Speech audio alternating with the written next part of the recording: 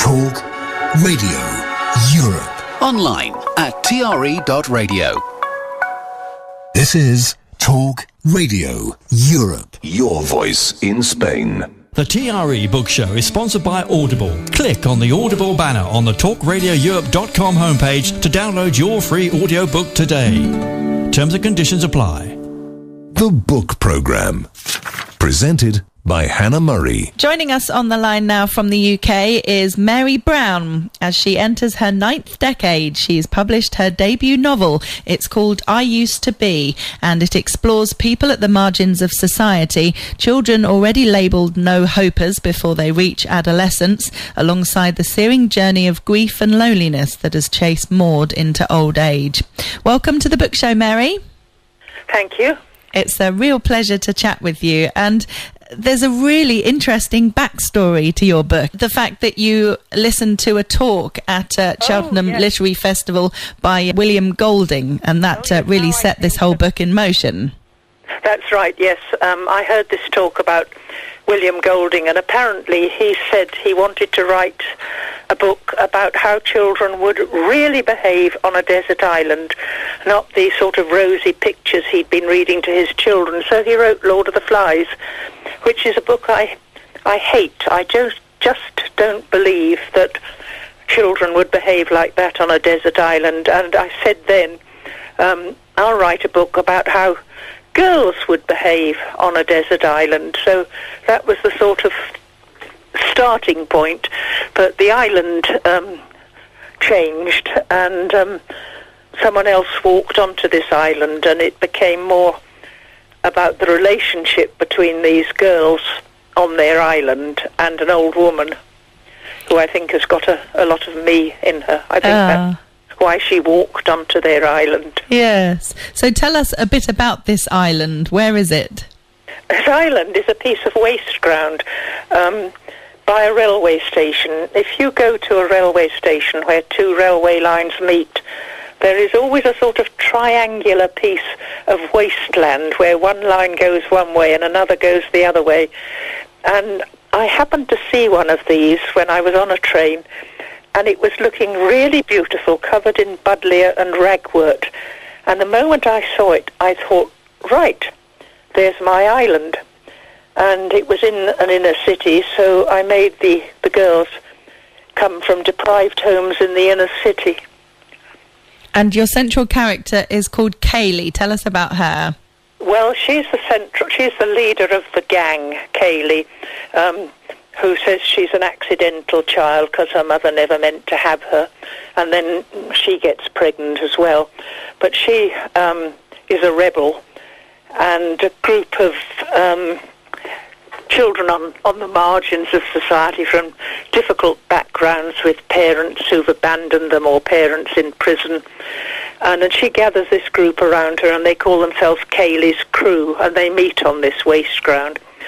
But she's not really the central... Well, she was the central character until Maud appeared, and Maud just walked in without me asking her to. And the novel sort of changed direction and became the relationship between Maud and Kaylee, because when Kaylee finds she's pregnant, Maud offers her a home, and two more unsuitable people to share a home it would be difficult to find, but they manage. So tell us a bit more about Maud.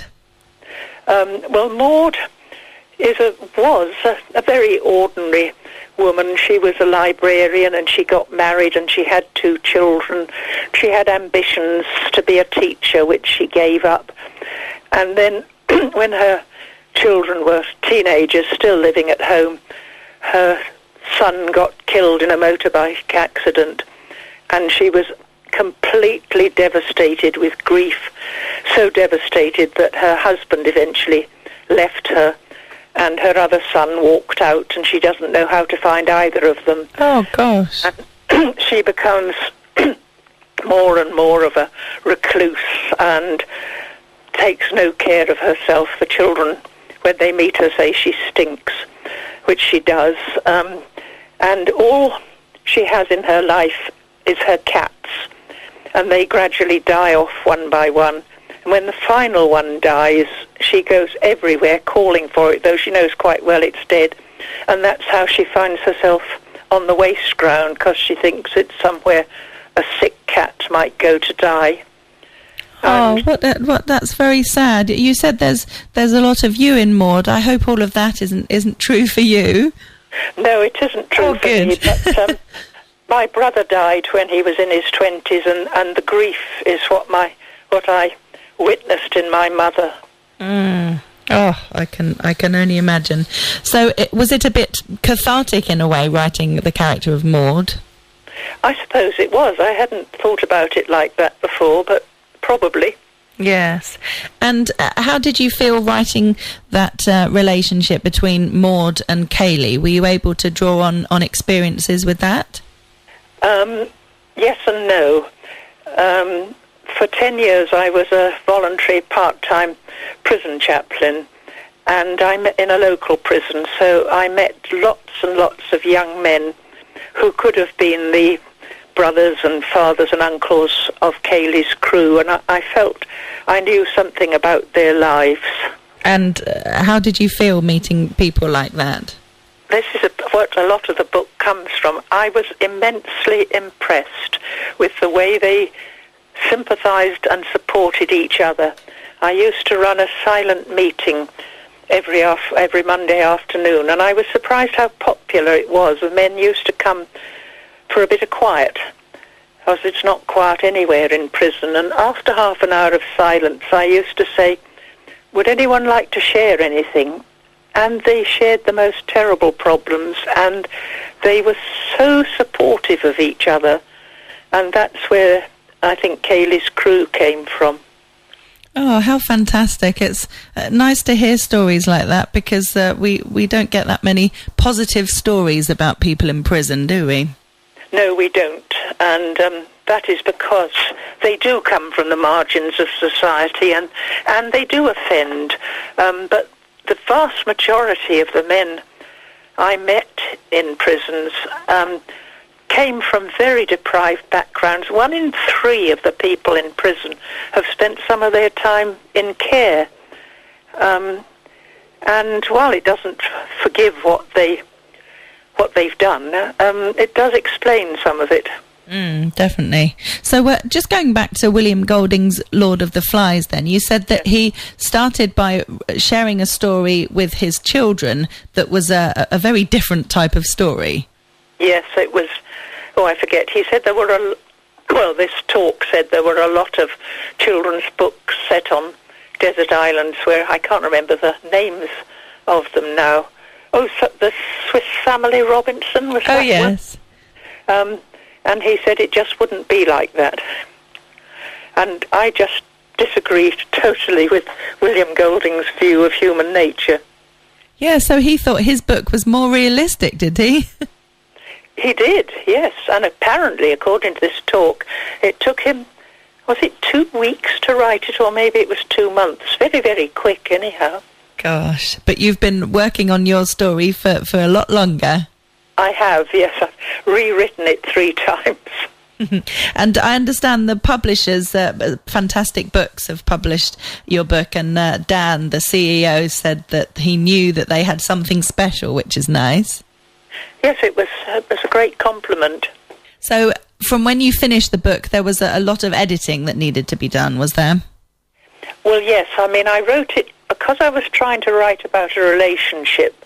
The first time I wrote it in the third person, though I kept thinking this ought to be in the first person. So I rewrote it after a few publishers had rejected it in the first person, Maud, and that didn't work either. So then I rewrote it again in 2 different voices with different kinds of print, some from Kaylee and some from Maud. That's what I sent to Fantastic Books, and they said that the bits where I tried to write in Kaylee's voice just didn't work, and I'd had a lot of conversation in that of the kids on the tip, and they recommended cutting most of that and just talking about Kaylee through Maud's eyes. So I rewrote it again, and they liked it remarkably. I was amazed. Oh, fantastic. So has it inspired you to write more, do you think? Not really. In fact, when Fantastic Books lost it for a while, and when they got back to me, I was in the middle of writing another book, which is about to be published, and I said, well, when I finish this, I might rewrite it. And I was in two minds as to whether I could really go back to it, but I did. So, but since I'm not quite sure what. I've written 2 books since, anyhow. Oh, that's amazing. So are the others out? Well, one was out a few years ago. It was called Confessions of a Prison Chaplain, and that was published by Waterside Books, who only publish books about the criminal justice system.